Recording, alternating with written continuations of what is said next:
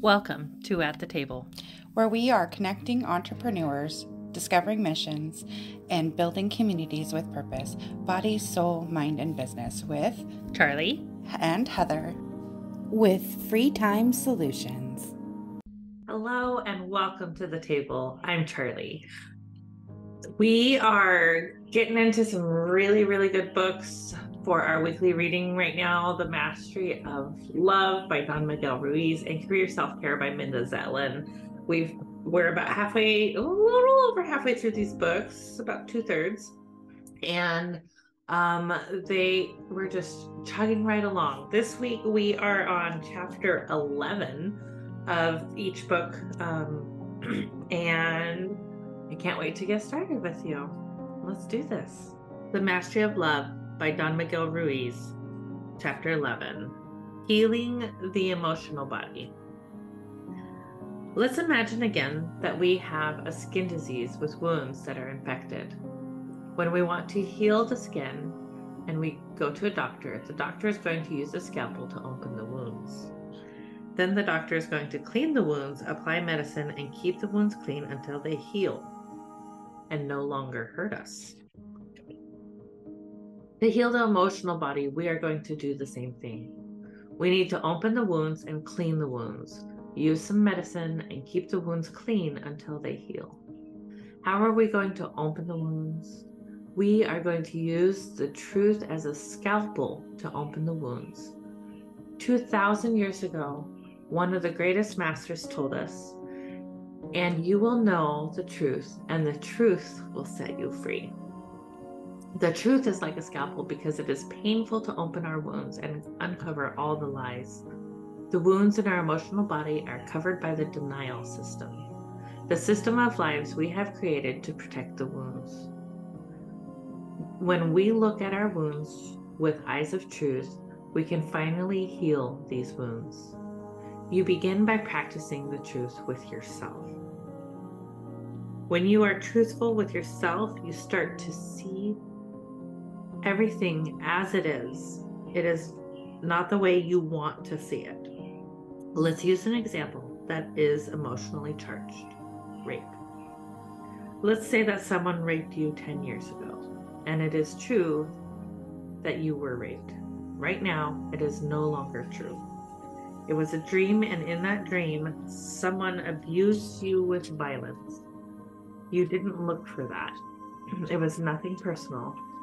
For whatever reason, it happened to you and cannot happen, and can happen to anyone. But by being raped, will you condemn yourself to suffer in your sexuality for the rest of your life? The rapist is not condemning you to do that. You are the victim, and if you judge yourself and find yourself guilty, for how many years will you punish yourself by not enjoying something that is one of the most beautiful things in the world? Sometimes being raped can destroy your sexuality for the rest of your life. Where is the justice? You are not the rapist, so why should you suffer the rest of your life for something you didn't do? You are not guilty for being raped, but the judge in your mind can make you suffer and live in shame for many years. Of course, this injustice will create a strong emotional wound and a lot of emotional poison that could take years of therapy to be released. The truth is that yes, you were raped, but it's no longer true that you must suffer this experience. That is a choice. This is the first step in using the truth as a scalpel. You find that the injustice has created a wound. That created a wound is no longer true right now in this moment. You discover that perhaps you believe hurt you so badly was never true. Even when it was true, it doesn't mean that now it is true. By using the truth, you open the wound and see the injustice from a new perspective. The truth is relative in this world. It's changing all the time because we live in a world of illusions. What is true right now is not true later. Then it could be true again. The truth in hell could also be just another concept, another lie, that can be used against you. Our own denial system is so powerful and strong that it becomes very complicated. There are truths covering lies and lies covering truth. Like peeling an onion, you uncover the truth little by little until in the end, you open your eyes to find out that everyone around you, including yourself, is lying all the time. Almost everything in this world of illusion is a lie. That is why I ask my apprentices to follow 3 rules for seeing what is true. The first rule is, don't believe me. You don't have to believe me, but think and make choices. Believe what you want to believe according to what I say, but only if it makes sense for you, if it makes you happy. If it guides you into your awakening, then make the choice to believe it. I am responsible for what I say, but I am not responsible for what you understand. We live in a completely different dream. What I say, even if it is absolutely true for me, is not necessarily true for you. The first rule is very easy. Don't believe me. Rule number 2 is more difficult. Don't believe yourself. Don't believe all the lies you tell yourself, all those lies that you never chose to believe, but were programmed to believe. Don't believe yourself when you say you are not good enough, you are not strong enough, you are not intelligent enough. Don't believe your own boundaries and limitations. Don't believe you are unworthy of happiness or love. Don't believe you are not beautiful. Don't believe whatever makes you suffer. Don't believe in your own drama. Don't believe in your own judge or your own victim. Don't believe the inner voice that tells you how stupid you are, that tells you to kill yourself. Don't believe it because it isn't true. Open your ears, open your heart, and listen. When you hear your heart guiding you to your happiness, then make a choice to stick to it. But don't believe yourself just because you say so, because more than 80% of what you believe is a lie. It isn't true. The second rule is a difficult one. Don't believe yourself. Rule number 3 is don't believe anyone else. Don't believe other people because they are lying all the time anyway. When you no longer have emotional wounds, when you have the need to believe other people just to be accepted, you see everything more clearly. You see if it is black or white, if it is or is not. What is right now, maybe in a few moments is not. What is not right now, maybe in a few moments will be. Everything is changing so fast, but if you are aware, you can see the change. Don't believe others because they will use your own stupidity to manipulate your mind. Don't believe anyone who says she comes from the AIDS and she wants to save the world. Bad news. We don't need anyone to come and save the world. The world doesn't need the aliens to come from the outside to save us. The world is alive. It's a living being, and it's more intelligent than all of us together. If we believe the world needs to be saved, soon someone will come and say, okay, the comet is coming. We need to escape from the planet. Kill yourself and boom, you will reach the comet and go to heaven. Don't believe these mythologies. You create your own dream of heaven. No one can create it for you.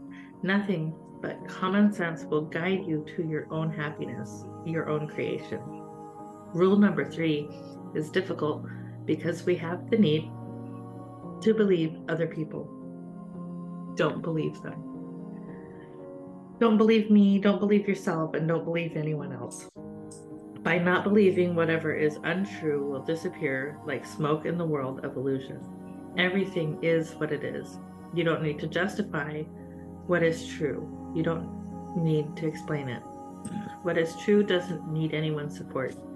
Your lies need your support. You need to create a lie to support the first lie, another lie to support that lie, and more lies to support all of those lies. You create a big structure of lies, and when the truth comes out, everything falls apart. But that's just the way it is. You don't need to feel guilty because you are lying. Most of the lies we believe simply dissipate if we don't believe them. Whatever is not true will not survive skepticism, but the truth will always survive skepticism. What is truth is true, believe it or not. Your body is made of atoms. You don't have to believe it. Believe it or not, it is true. The universe is made of stars. This is true. Believe it or not. Only what is true will survive, and that includes the concepts you have about yourself. We have said that when we were children, we didn't have the opportunity to choose what to believe or what not to believe. Well, now it is different. Now that we are grown, we have the power to make a choice. We can believe or not believe, even if something is not the truth. If we choose to believe it, we can believe it just because we want to believe it. You can choose how you want to live your life, and if you are honest with yourself, you will know you are always free to make new choices. When we are willing to see with eyes of truth, we uncover some of the lies and open the wounds. Still, there is the poison inside the wounds. Once we open the wounds, we are going to clean the wounds of all the poison. How are we going to do this? The same master gave us the solution 2,000 years ago: forgiveness. There is no other way but forgiveness to clean the wounds of all the poison. You must forgive those who hurt you, even if whatever they did to you is unforgivable in your mind. You will forgive them not because they deserve to be forgiven, but because you don't want to suffer and hurt yourself every time you remember what they did to you. It doesn't matter what others did to you. You are going to forgive them because you don't want to feel sick all the time. Forgiveness is for your own mental healing. You will forgive because you feel compassion for yourself. Forgiveness is an act of self-love. Let's take an example of a divorced woman. Imagine you have been married for 10 years, and for whatever reason, you have a big fight with your husband over a big injustice. You get divorced and you really hate your ex-husband. Just hearing your name, you feel a strong pain in your stomach and you want to throw up. The emotional poison is so strong that you can't stand it any longer. You need help, so you go to a therapist and say, I am suffering so much. I am full of anger, jealousy, envy. What he did is unforgivable. I hate that man. The therapist looks at you and says, you need to release your emotions. You need to express your anger. What you should do is have a big tantrum. Get a pillow, bite the pillow, hit the pillow, and release your anger. You go and have the biggest tantrum. You release all those emotions. It really seems to work. You pay your therapist $100 and say, thank you very much. I feel much better. Finally, you have a big smile on your face.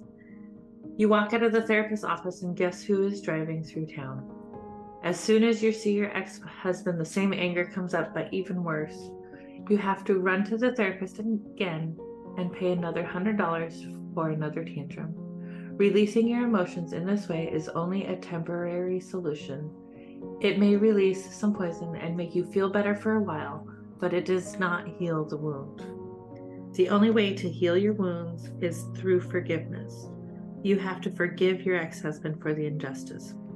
You will know you have forgiven someone when you see him and you don't feel anything anymore. You will hear the name of the person and have no emotional reaction. When you can touch a wound and it doesn't hurt, then you know you have truly forgiven. Of course, a scar is going to be there just as it is in your skin. You will have a memory of what happened, of how you used to be, but once the wound has healed, it won't hurt you any longer. Perhaps you are thinking, well, it's easy to say we should forgive. I have tried, but I cannot do it. You have all these reasons, all the justifications why you cannot forgive, but this is not the truth. The truth is that you cannot forgive because you learned not to forgive, because you practiced not to forgive, because you mastered not to forgive. There was a time when we were children when forgiveness was our instinct. Before we got the mental disease, it was effortless and natural to forgive. We used to forgive others almost right away. If you see two children playing together and they start to fight and hit each other, the other children cry and run to their mothers, say he hit me. One mother goes to talk with the other mother. The two mothers have a big fight, and 5 minutes later, the two children are playing together again as if nothing happened. Now the mothers hate each other for the rest of their lives. It is not that we need to learn forgiveness because we are born with the capacity for forgiveness. But guess what happened? We learned the opposite behavior, and we practiced the opposite behavior. And now forgiveness is very difficult. Whoever does something to us, forget it. That's it. She is out of your life. It becomes a war of pride. Why? Because our personal importance grows when we don't forgive. It makes our opinion more important when we can say, whatever she does, I will not forgive her. What she did is unforgivable. The real problem is pride, because of honor, we add more fire to the injustice to remind ourselves that we cannot forgive. Guess who is going to suffer and accumulate more and more emotional poison? We are going to suffer for all kinds of things people do around us, even though they have nothing to do with us. We also learn to suffer just to punish whoever abused us. We behave like a little child having a tantrum, just asking for attention.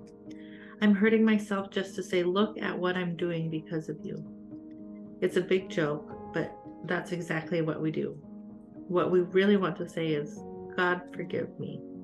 But we will not say a word until God comes and asks us for forgiveness first. Many times we don't even know why we are so upset with our parents, our friends, our mates. We are upset, and if for some reason the other person asks us for forgiveness, right away we start to cry and say, oh no, you forgive me. Go and find the little child in the corner having a tantrum. Take your pride and put it in the trash. You don't need it. Let go of the personal importance and ask for forgiveness. Forgive others and you will see miracles start to happen in your life. First, make a list of everyone you believe you need to ask for forgiveness. Then ask them for forgiveness. Even if there is not enough time to call everyone, ask for their forgiveness in your prayers and through your dreams. Second, make a list of all the people who hurt you, all the people you need to forgive. Start with your parents, your brothers and sisters, your children, your spouse, your friends, your lover, your cat, your dog, your government, and God. Now you are going to forgive others by knowing that whatever anyone did to you had nothing to do with you. Everyone dreams her own dream, remember? The words and actions that hurt you are merely a reaction to the demons in that person's own mind. She is dreaming of hell, and you are a secondary character in her dream. Nothing anyone does is because of you. Once you have this awareness and you do not take it personally, compassion and understanding will lead you to forgiveness. Start working on forgiveness. Start practicing forgiveness. It will be difficult at first, but then it just becomes a habit. The only way to recover forgiveness is to practice again. You practice and practice until, in the end, you see if you can forgive yourself. At a certain point, you find that you must forgive yourself for all those wounds and all that poison you created for yourself in your own dream. When you forgive yourself, self-acceptance begins and self-love grows. That is the supreme forgiveness, when you finally forgive yourself. Create an act of power and forgive yourself for everything you have done in your whole life. And if you believe in past lives, forgive everything you believe you did in all of your past lives. The concept of karma is true only because we believe it is true. Because of our beliefs about being good and bad, we feel ashamed about what we believe is bad. We find ourselves guilty, we believe we deserve to be punished, and we punish ourselves. We have the belief that what we create is so dirty that it needs to be cleaned. And just because you believe it then, thy will be done, it is real for you. You create your karma and you have to pay for it. That is how powerful you are. To break old karma is simple. You just stop that belief by refusing to believe it, and the karma is gone. You don't need to suffer. You don't need to pay anything. It is over. If you can forgive yourself, the karma is gone just like that. From this point on, you can start all over again. Then life becomes easy because forgiveness is the only way to clean the emotional wounds. Forgiveness is the only way to heal them. Once we have cleaned the wounds, we are going to use a powerful medicine to accelerate the process of healing. Of course, the medicine also comes from the same great master. It is love. Love is the medicine that accelerates the process of healing. There's no other medicine but unconditional love. Not, I love you if, or I love myself if. There is no if. There is no justification. There's no explanation. It is just to love. Love yourself, love your neighbor, and love your enemies. This is simple, common sense, but we cannot love others until we love ourselves. That is why we must begin with self-love. There are millions of ways to express your happiness, but there is only one way to really be happy, and that is to love. There is no other way. You cannot be happy if you don't love yourself. That is a fact. If you don't love yourself, you don't have any opportunity to be happy. You cannot share what you do not have. If you do not love yourself, you cannot love anyone else either.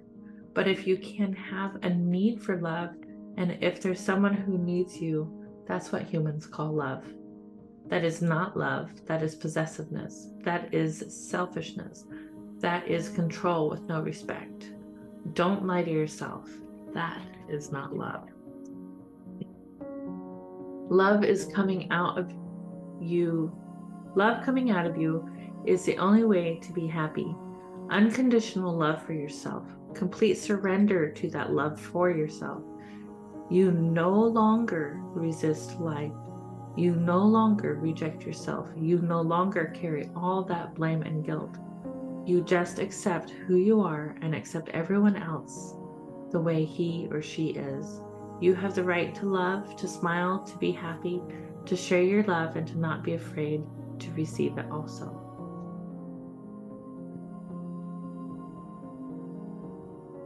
That is the healing. 3 simple points: the truth, forgiveness, and self-love. With these 3 points, the whole world will heal and no longer be a mental hospital. These 3 keys to heal the mind were given to us by Jesus, but he is not the only one who taught us how to heal. Buddha did the same. Krishna did the same. Many other masters came to the same conclusions and gave us those same lessons all around the world, from Japan to Mexico to Peru to Egypt to Greece. There were humans who were healed. They saw that the disease is in the human mind, and they used these 3 methods: truth, forgiveness, and self-love. If we can see our state of mind as a disease, we find that there is a cure. We don't have to suffer any longer. If we are aware that our mind is sick, that our emotional body is wounded, we can also heal. Just imagine if all humans could start being truthful with themselves, start forgiving everyone, and start loving everyone. If all humans loved in this way, they would no longer be selfish. They would be open to give and receive, and they would no longer judge each other. Gossiping would be over, and the emotional poison would simply dissolve. Now we are talking about a completely different dream of the planet. It doesn't look like the planet Earth. This is what Jesus called heaven on earth. Buddha calls nirvana, and Moses called the promised land. It is a place where all of us can live in love because we put our attention on love. We choose to love. Whatever you call the new dream, it is still a dream, as real or as false as the dream of hell. But now you can choose which dream you want to live in. Now you have the tools in your hands to heal yourself. The question is, what are you going to do with them?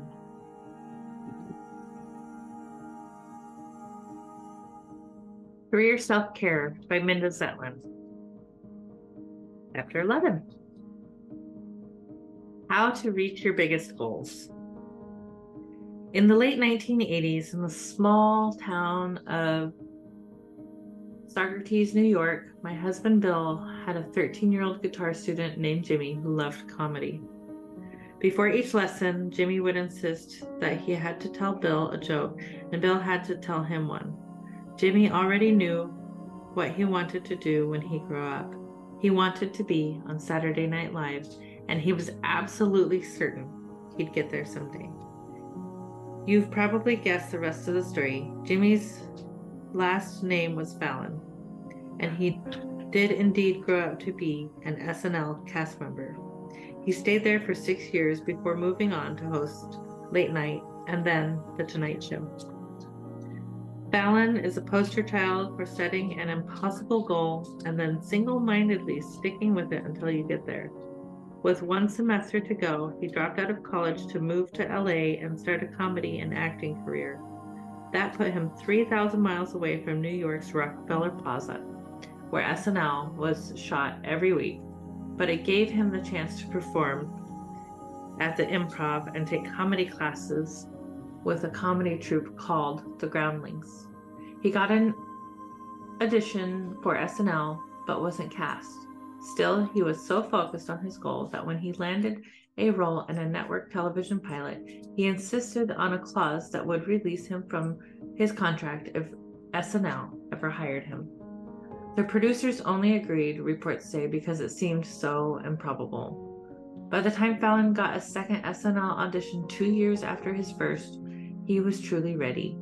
He'd been warned that the show's creator, Lorne Michaels, never laughed, but Michaels did laugh at Fallon's imitation of Adam Sandler, a recent SNL alumnus. Tina Fey was on hand for Fallon's audition and said he was one of only 2 candidates she'd ever seen who was so in tune with the show he could have appeared on it the same night. He was shaped by it and devoted to it, she told Rolling Stone.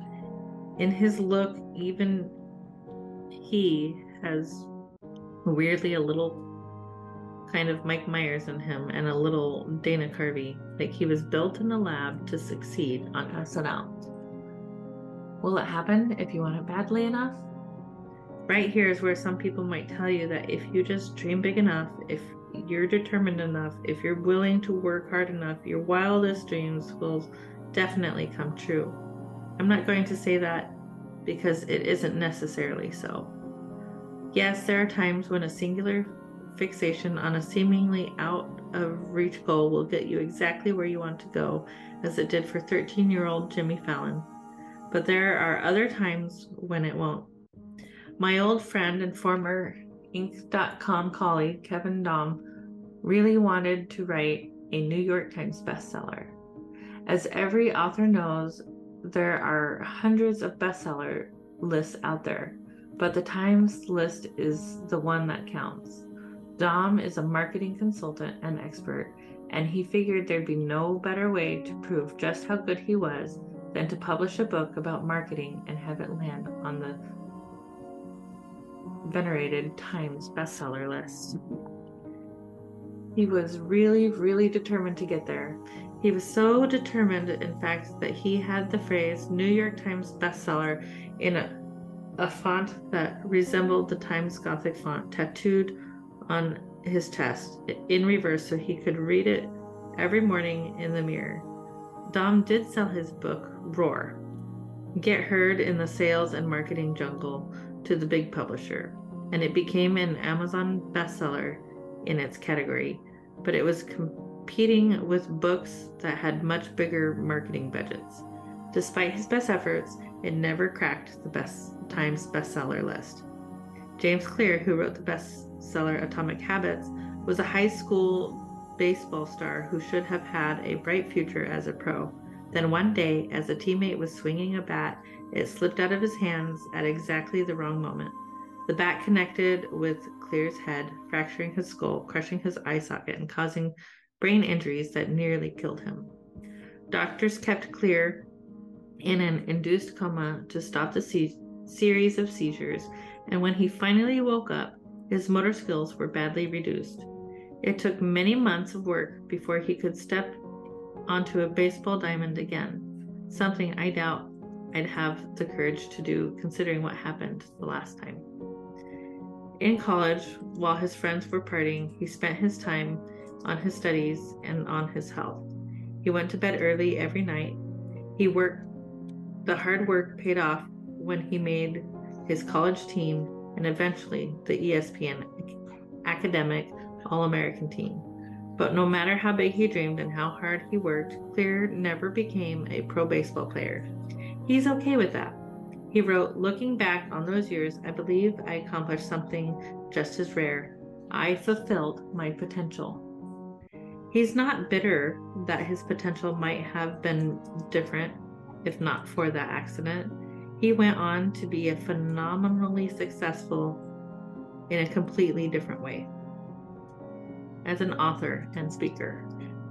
Clear gave it his best shot and failed to achieve his goal. And when that happened, he didn't let that failure define him or cripple him. The same goes for Dom. After his book failed to make the Times bestseller list, his reaction was more or less a shrug. He went on to focus his attention on new projects. He's now written a total of 8 books, 6 of which were Amazon bestsellers in their categories. And as a successful serial entrepreneur, he offers consulting for other entrepreneurs. He may still have the tattoo, but he's put the failure to make it come true behind him. Will failure crush you? For me, I suspect for many other people, the fear of failure keeps me from going after my dreams. What if I put my all into reaching that great big goal and fail to get there? What will people think of me? What will people think of me? Will I ever be able to get over it? I think those are the wrong questions. I know too many people like Clear and Dom who dreamed big, tried their best, failed, and went on with their lives. And I know too many others who have been haunted for years, not by their failures, but by the things they never tried. The real risk is what will happen if we let fear, ambivalence, procrastination, or just busyness of life stop us from going after what we really want. Ask yourself these questions instead. If I try for this big goal and things don't go well, what is the worst that can happen? Will I be able to recover and move on? And what if I don't try for this goal? Will I be setting myself up for years of regret? If you're lucky, both your life and your career will go on for many years. If you throw your whole self into something that doesn't work, you'll likely have plenty of time to regroup and try something else. If you don't, you'll have just as many years to wonder what might have happened if you had. In a weird way, going after your biggest dreams may be your safest bet. Answer this question. No one is watching you, and you don't have to share this with anyone, so keep that in mind. If I could have any job I wanted and any life I wanted, and if I could accomplish anything I wanted, what would I do? Think about this for a moment. Have you got an answer? Good. Now imagine that no matter what you did and how you lived your life, your loved ones would be happy and proud and would approve of you completely. I realize that may be hard to imagine, but do your best. Does that change your answer at all? Now imagine that you never again have to go to a high school reunion and answer anyone's questions about what you do, and that for the rest of your life, no one will ever again look at your LinkedIn profile. How about now? Does that change your answer? Now imagine if that doesn't matter and at all, whether you have any idea how to attain this goal or whether it's even possible for you to reach it. You really don't have to use your imagination for this one because it really doesn't matter whether you have any idea how to reach your biggest goals. Part of the process is going after a really big goal is doing the research to find answers to those questions. And most of us really don't know what's possible for us and what isn't. So don't worry about how you're going to get there. Just imagine where you want to go. Does that change your answer? Here's the thing about goals. It doesn't matter that much whether a career goal is attainable or even whether you have a clue how to accomplish it. What does matter is whether your goal will take you towards something that is right for you and will make you happy. A good goal doesn't have to be reachable or reasonable. It doesn't have to be something you absolutely commit to, but it does have to be directionally accurate. I first learned that term a few years ago when someone used it to describe software for measuring web traffic. The tool really was very inaccurate. It could be off by a factor of 25% or more, but it was directionally accurate, meaning that it could tell you how things were trending. It showed which items were getting relatively more clicks and which were being pretty much ignored. So even though it wasn't at all precise, it did tell you what you needed to know. That's what you should look for when you're choosing your goals. Something that will point you in the right direction, regardless of whether you actually get there. The goals we set rarely wind up being our final destination. Even for SNL-obsessed Jimmy Fallon, Saturday Night Live turned out to be just a stop on the way to something else.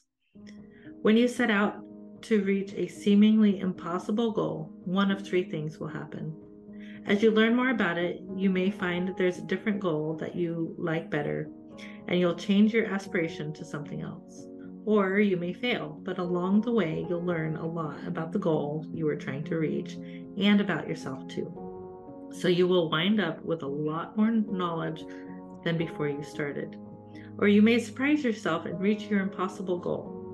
Every one of these outcomes is worthwhile, so long as you choose a goal that takes you in a direction you want to go. How to get there from here. No matter what your goal is, whether it's a huge goal or a small one, whether it's a personal goal like getting more exercise or a professional goal like starting your own company, there's a simple proven method for getting there. BJ Fogg, PhD, head of the Behavior Design Lab at Stanford, learned from working with thousands of people who wanted to reach their own goals that taking small steps is the best way to complete a long journey. While researching this book, I read Fogg's book, Tiny Habits, and it changed my relationship to big, imposing projects forever. His simple formula takes advantage of your brain's natural inclinations and helps you tackle the most difficult tasks. First, and the tiniest, easy step you could take to get started. For example, if you want to write a book, sit down at your desk and write one word. That's it. Do that first little step as a daily habit. And then, and this is important for your brain, the moment after you do it, reward yourself with a tiny celebration, such as giving yourself a high five or a pat on the back. This small moment of happiness creates a positive association in your mind that makes you want to come back and do the habit some more. It doesn't necessarily sound like this approach would be effective, but I can tell you that this stuff works. In my own life, I've spent years being frustrated by clutter. Some of it was in the form of boxes of non-essential items that we brought with us from Woodstock 7 years earlier and never unpacked. This was always a source of shame and self-loathing for me. But after reading Tiny Habits and looking at the boxes of inexpensive jewelry that have been sitting in packing material on my dresser all this time, I decided to unpack one pair of earrings per day and then celebrate right after by giving myself a thumbs up. This turned my still packed boxes into a source of pleasure rather than pain.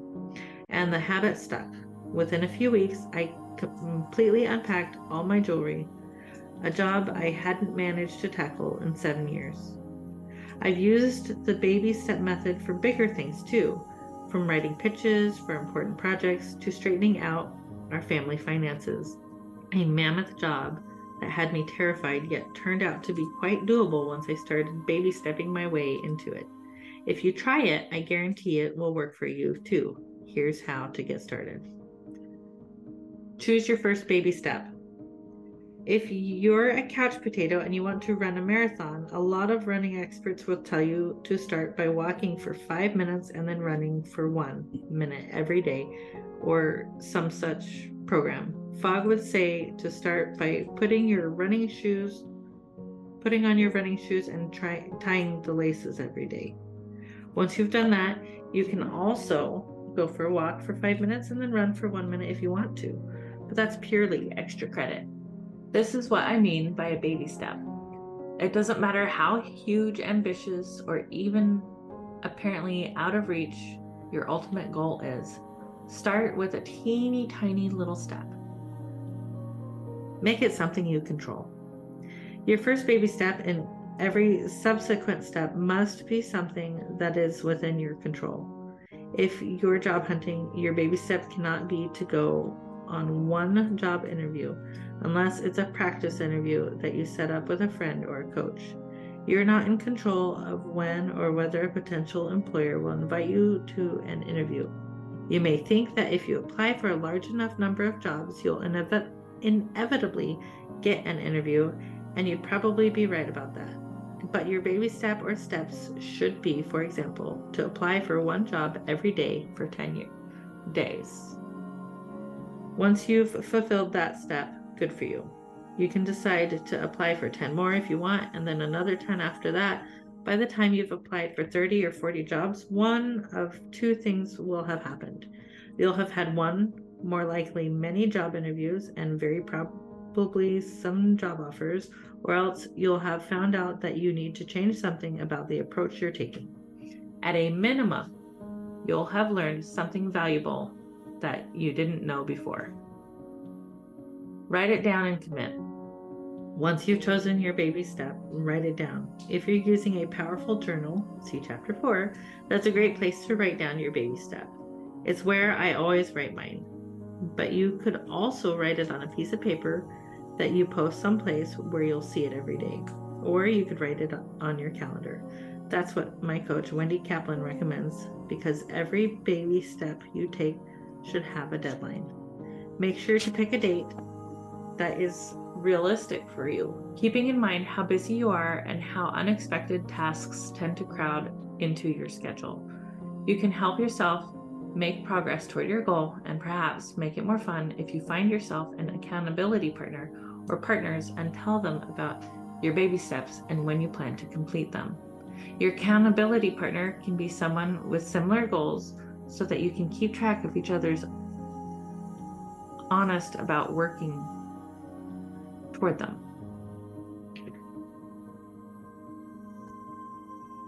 Your partner can check in with you once a week or however often is appropriate to make sure you complete your baby steps, and you can do the same for them.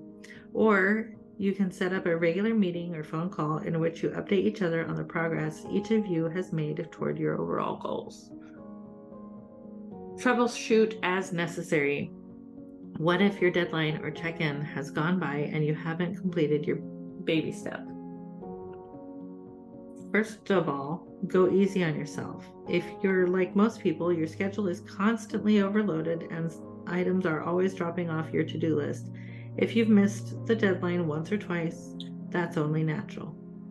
If you're missing it over and over, though, it's time to ask yourself some questions about your baby step because something is preventing you from completing it.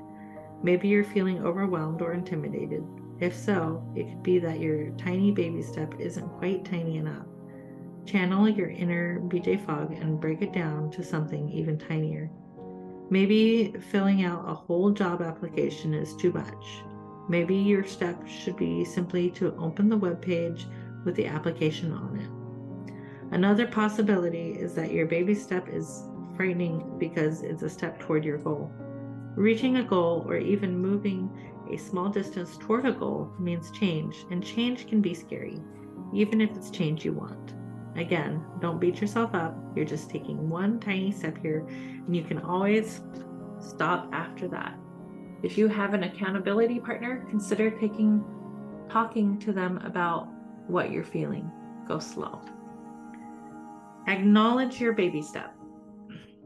Once you've taken your baby step, your instinct may be to hurry on to the next step.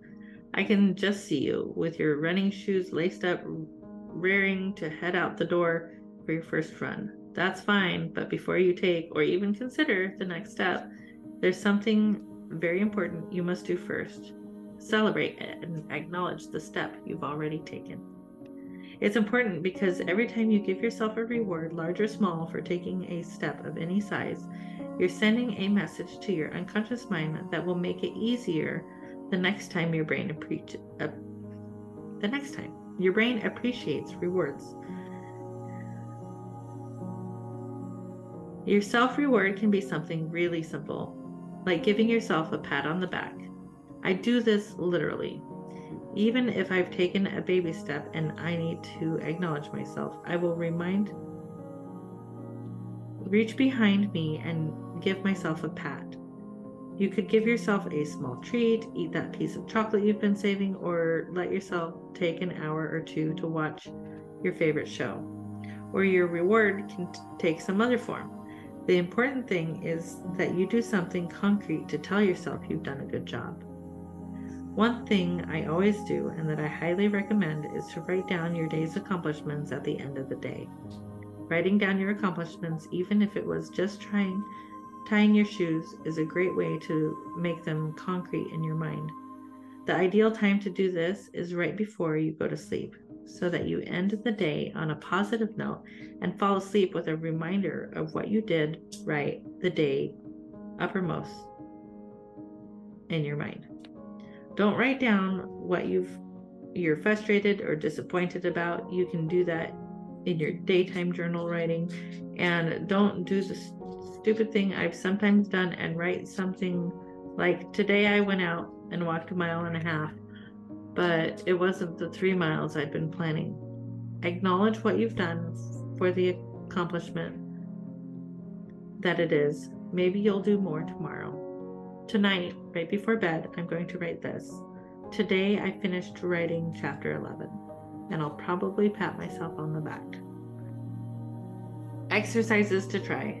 Number 1, imagine your best possible future. I've done this popular exercise with members of Inc. magazine's Solopreneur one-person company community. If possible, I recommend giving yourself at least 10 minutes of uninterrupted time to do this.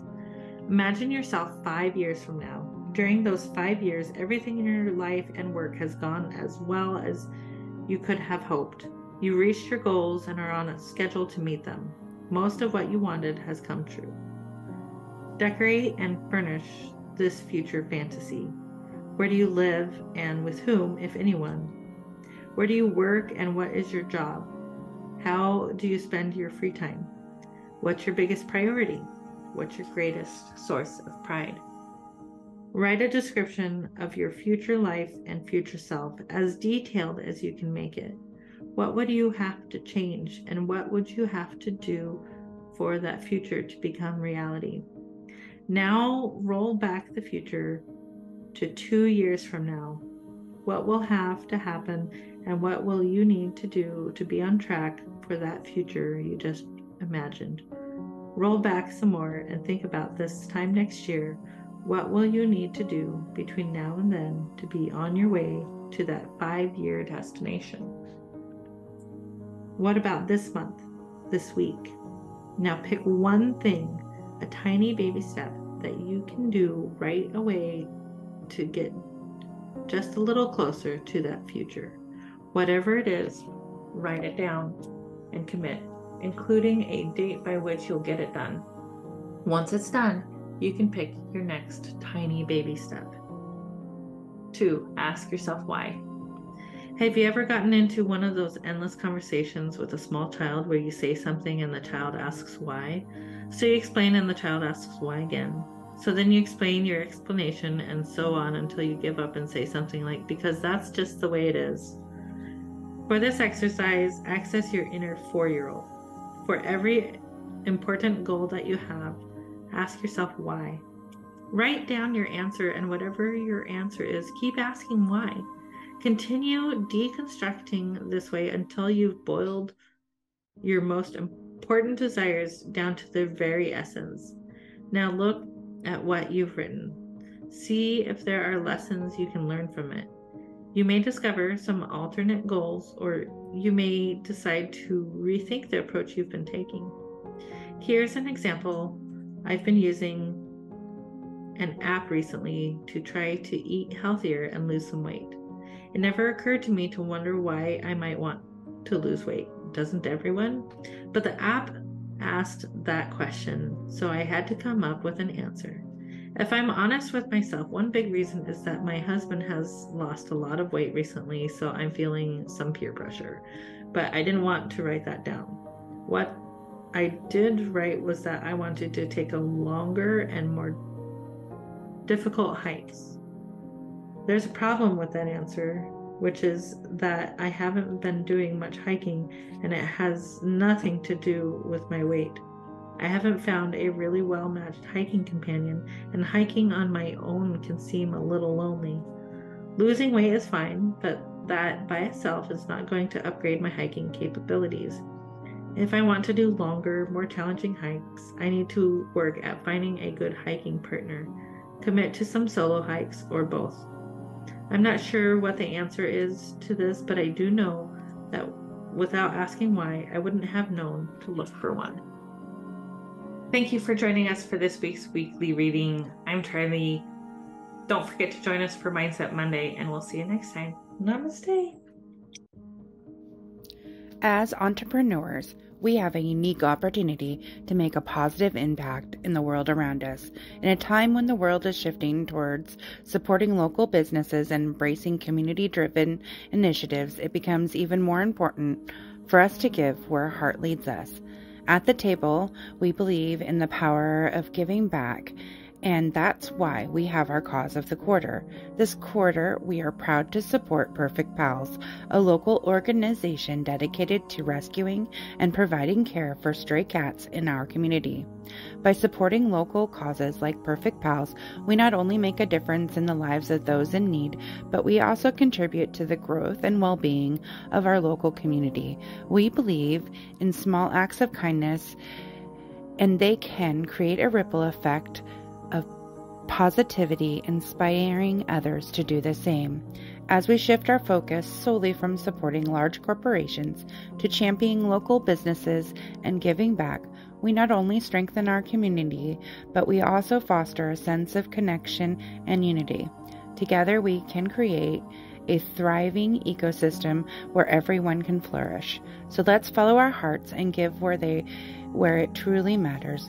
Join in supporting Perfect Pals and making a difference in the lives of these furry companions. Together we can make our community a better place, one act of kindness at a time. Thank you for being part of our journey and for embracing the spirit of giving. Together, let's create a brighter future for all.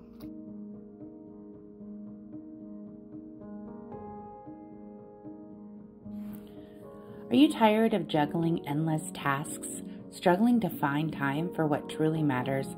We have the solution for you. Introducing Free Time Solutions, your ultimate partner in reclaiming your time and maximizing your potential. At Free Time Solutions, we specialize in helping businesses like yours thrive in a digital world. From social media management to website optimization and branding, we have the expertise to elevate your online presence and streamline your operations. Imagine having time to focus on what you love to do while we take care of your business. With our dedicated team of experts and innovative solutions, we leave you free to pursue your passions and achieve your goals. Whether you are a small business owner, entrepreneur, freelancer, we offer comprehensive services tailored to your needs. Our goal is simple: to give you back time, freedom to do what you do best while we handle the rest. So join us at the table and let Free Time Solution empower you to take control of your time and unlock your full potential. Visit our website at www.yourfreetimeback.com. That's www.yourfreetimeback.com to learn more and schedule your consultation today.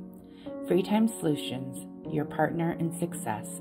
Let's make the most of your free time together. Thank you for joining us at the table. Stay tuned for weekly readings on Sunday, Mindset Monday, discussing our weekly readings on Monday, and on Friday, our interview and potentially guest host. Stay tuned. Thank you for joining in on the fun. Be sure to like and subscribe for more.